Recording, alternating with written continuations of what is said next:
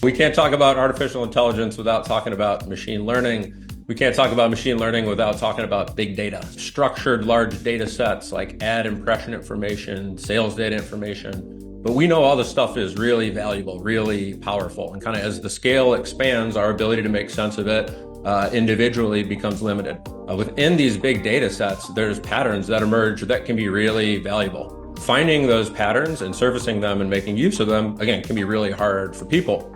But machines are awesome at this. And when we use machines to observe those patterns and start to make predictions, we now are using machine learning. So this concept of machine learning is all about observing within these big data sets, these patterns that can be really useful for advertisers, and using those to make predictions about the future. But kind of the key next step is when we start to use those predictions to make a decision or take an action.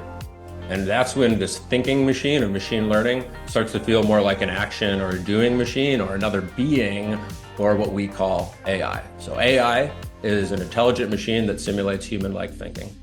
There's still one more piece, and this is kind of the piece that has caught a lot of our imagination. Generative AI is this new flavor of AI where a system actually makes new stuff based on what it's observed in the past.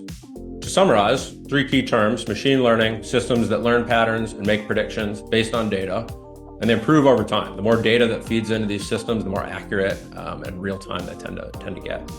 Artificial intelligence are these machines that start to simulate thinking and decision making. So now we're actually taking actions based on these predictions.